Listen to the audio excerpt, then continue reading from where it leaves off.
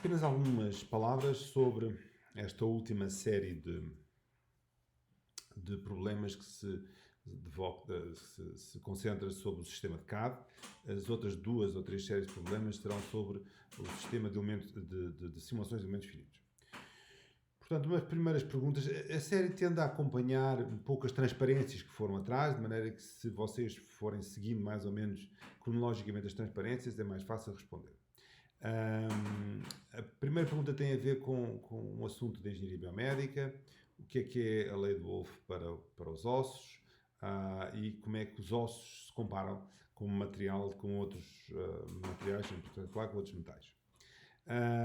Diga quais as principais características do ventilador médico. Portanto, há um slide com um projeto de ventilador médico. Dentro do Moodle existem 2 links, um para um projeto mais ou menos público e outro para uma empresa que, entretanto, publicou o seu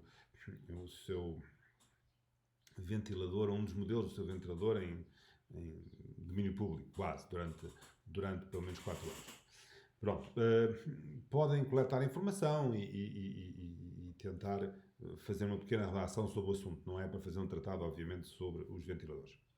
Quais as razões pelas quais as câmaras de infravermelho têm de funcionar a temperaturas baixas? Isto tem a ver com balanço radioativo, radiação, e também tem a ver com o hardware que está dentro das câmaras de infravermelho. Portanto, tem que pensar um bocadinho sobre esse assunto.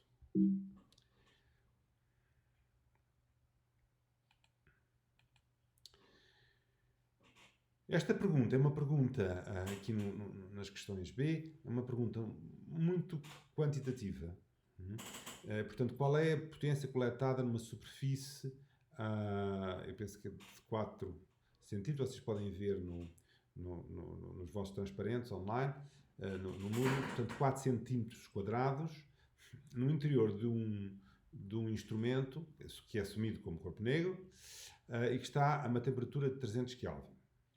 Portanto, essa superfície interna do instrumento, não é, está a enviar radiação para esta superfície de 4 cm², tipicamente um detector, e queremos saber quanta dessa radiação é que passa num intervalo de comprimentos de onda entre 1.3 micron e 3.3 micron. Portanto, assumimos que em cima do detector está uma espécie de um filtro e, portanto, a radiação infravermelha, ou com um comprimento de onda maior ou com um comprimento de onda mais pequeno que este 1.3, não passa. Portanto, queremos saber a potência. E eu aqui coloco uma expressão, a expressão associada à lei do corpo negro, a reação do corpo negro, mas de uma maneira um bocadinho ajustada. Não é? Tive cuidado de ajustar. Portanto, a potência em miliwatts dividido pela área em micron quadrado é uma integral, obviamente, que envolve vários fatores, em particular o ângulo sólido, quer dizer, de onde é que vem a luz, sem pensar, uma superfície não é? Coleta luz com um ângulo sólido, basicamente 2π, porque é só metade da esfera, é só metade está acima. Depois, uma integração ao longo do comprimento de onda pode-se fazer a partir do número de onda ou do comprimento de onda. Aqui é mais fácil, depois do comprimento de onda, de uma função que tem a ver com 1 sobre lambda à quinta e depois tem a ver com aquela exponencial que vocês conhecem da radiação do corpo negro. Há aqui uns números que são dados e que ajudam. Cuidado das unidades, é tudo para ter um resultado em termos de potência em miliwatts e áreas em micron quadrado. Pronto, há uma sugestão, que isto envolve uma integração. Esta integração é muito difícil, senão, do ponto de vista analítico, consegue-se fazer, e lá dá a lei de Wien, se for de 0 a mais infinito, não é? Em termos do comprimento de onda, mas para um intervalo finito é muito mais fácil fazer uma integração numérica. Portanto, o que eu sugiro é que vocês pegam no Excel, discretizam o domínio do comprimento de onda em intervalos de 0,1 micron. Tenham cuidado para ver o que é que acontece com o intervalo, primeiro intervalo e último intervalo, para contar a área certa. E não é, somam essas contribuições multiplicadas pelo intervalo de comprimento de onda. A última pergunta é uma pergunta também sobre um slide que foi apresentado antes e tem a ver com as janelas de transmissão da atmosfera terrestre. Vocês podem ver isso no slide. Ora bem, aqui temos uma primeira pergunta, que é uma pergunta sobre a fotometria, ou seja, é quanta luz é que um telescópio coleta em função do diâmetro, da área do seu espelho primário.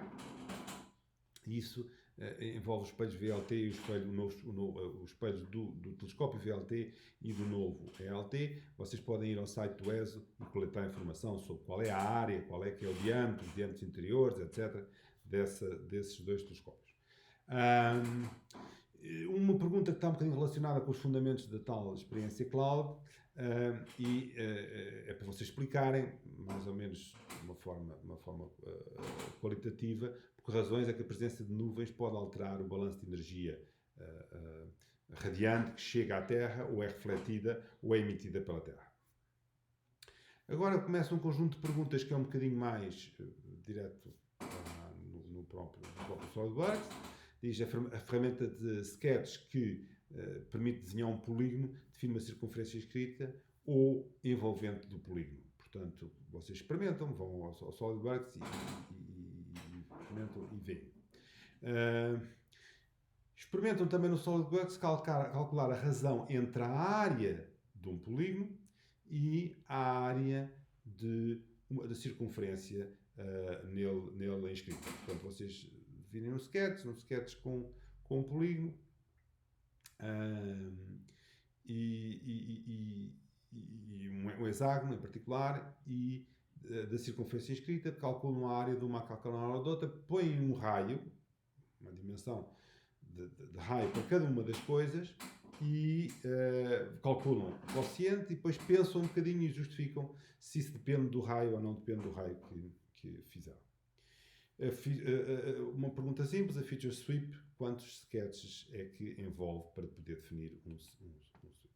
E finalmente, mais uma questão que tem a ver com telescópios. Diz que um telescópio com uma distância focal de 5 metros e um plano focal tem um detector colocado no plano focal e tem um detector com um diâmetro máximo uma distância máxima de 25 mm. Qual é o ângulo entre duas estrelas, de modo que a imagem de duas estrelas seja colocada ainda neste detector? Obviamente, se as estrelas estiverem muito afastadas, não se consegue pôr as duas, e depois vocês têm que verificar, não é? Através daquela coisa que se chama plate scale, qual é este ângulo que corresponde aos 25 mm de ângulo. Depois há um problema simples, implementa um beam splitter. Um beam splitter é uma coisa que tem dois prismas que estão colados uns aos outros, portanto, vejam como é que isso é. E já agora, para dar uma ideia, não quero o vosso modelo SolidWorks, quero que vocês façam um modelo step depois do conjunto, e esse modelo step então põem lá no módulo e juntam. É um beam splitter em particular, tem as dimensões que são dadas em particular. Mais um conjunto de perguntas quais o conjunto de features que vocês utilizavam para criar uma lente plano-convexa com um diâmetro, portanto, digamos, o diâmetro da lente, não é? do bloco cilíndrico da lente com 2 cm de diâmetro e um raio de curvatura de 15 cm e 1 milímetro de altura. Portanto, é um cilindro, tem 1 milímetro no bordo, mas agora este cilindro, em vez de ter duas faces planas, tem uma face de um dos lados, que é uma face semisférica. Qual é o volume dessa lente? Portanto, fazem no SolidWorks e depois vão lá ver qual é o volume e dizem o valor. Um sistema de simulação óptica fornece um modelo 3D no formato STEP. Construa um cilindro simples e realize, portanto, vamos fazer aqui um teste. Realizar o export em STEP e construa um novo modelo apenas a partir do fecheiro STEP. Portanto, vou realizar o export em STEP, guardam, apagam o SolidWorks, desligam, voltam a ligar e agora vão importar este modelo STEP, vão abrir o modelo STEP e dentro deste modelo, obviamente, esperamos que tenha lá também um cilindro, e tem cilindro, mas agora a pergunta que features é que aparecem agora neste modelo, que é abrir o SolidWorks novo e abrir o STEP. Como é que nós podemos determinar, a partir daquela árvore de objetos que aparece do lado esquerdo do SolidWorks, se uma peça no assembly, se os mates associados a uma peça definem completamente a sua posição ou não? Há lá uns símbolos e é preciso dizer qual é esse símbolo. Como se verifica num desenho ou features de uma parte se ela foi definida ou dependente do contexto. Portanto, também qual é os símbolos que associados a uma parte que é definida no contexto. Experimente desenhar um quadrado e definir um welding structure element com um tubo que define esse quadrado em todos os lados do mesmo grupo. Portanto, eu quero ter um quadrado, que no fundo funciona como o vosso esqueleto, e eu quero que vocês ponham um tubo à volta. E do ponto de vista automático, como é que acontece aos vértices dos vários tubos, quando vocês vão selecionando? Digamos que eu fico então com os 4 tubos a preencher o quadrado, o que é que acontece aos vértices? Qual a massa de, se quiserem pôr uma fotografia, podem pôr na parte de qual a massa de uma caixa cúbica sem tampa de cobre com 1 mm de lado, feita com uma chapa de 2 mm de espessura e dobrada com um raio de 2 mm. Portanto, eu não quero a massa de um cubo de 1 metro de lado. Eu quero a massa da caixa que funciona de superfície limite a esse cubo, que é uma caixa de cima sem tampa, a esse cubo de 1 metro de lado de cobre. Na pergunta acima de quanto acresce esta massa, se a face aberta, portanto uma face ficou aberta, for coberta por uma berma em todos os 4 lados com 20 cm de largura nessa berma. E pronto, é tudo para os exercícios.